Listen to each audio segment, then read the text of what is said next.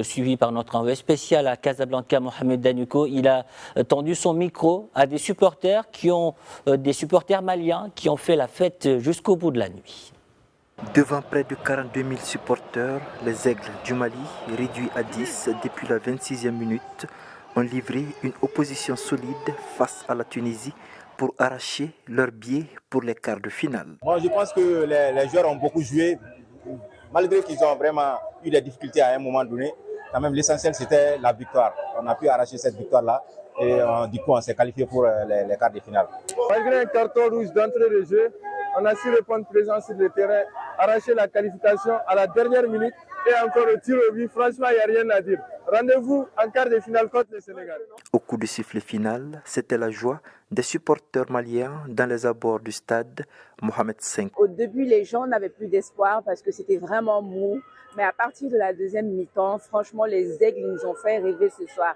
Et en fait, on a l'impression que c'est quand on n'a pas espoir que les Aigles nous font de belles surprises. En tout cas, je suis tellement contente et la victoire d'aujourd'hui était vraiment méritée. Contre le Sénégal en quart de finale, le 9 janvier à Tanger, les supporters espèrent le même exploit. On récupère très vite parce que ça va arriver très vite au quart de finale face à l'équipe du Sénégal.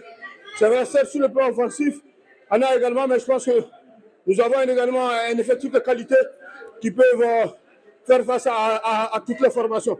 Au bout des bouts, les Aigles du Mali sont venus à bout des Aigles du Carthage, un duel des Aigles remporté par le Mali, et surtout au mental, car à cette équipe malienne, ce qui était reproché, c'était le mental et surtout les buts dans les dernières minutes. Et on a vu que ces Aigles-là ont pu revenir à la marque à la 96e minute, jouer une prolongation solide pour s'imposer enfin au tir au but grâce à 2 arrêts du portier. Aujourd'hui, c'est le peuple malien qui est en joie. Les supporters que nous avons rencontrés sont tous en joie et cap sur le Sénégal que le Mali va affronter à Tanger dans les quarts de finale.